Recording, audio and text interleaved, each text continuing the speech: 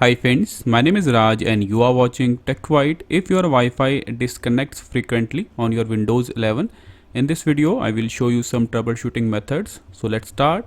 First, click on your search icon and then type view network status and task. And you can see this option, view network status and task. Simply click on it. Now on the left side, click on this option, change adapter settings.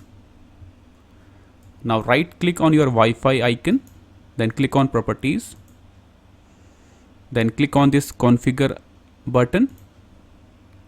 Now in the last tab you can see power management. Simply click on this tab and untick this option, then click on OK. So this is your first method you can try.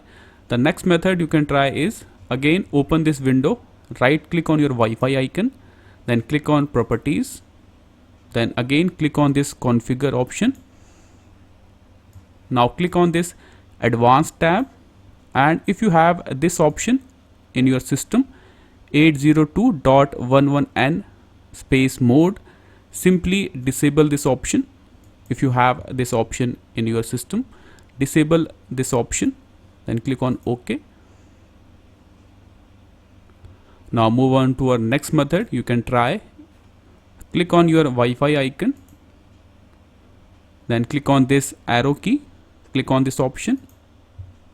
Now right click on your Wi-Fi connection, right click on it, then click on properties and select this public option, recommended.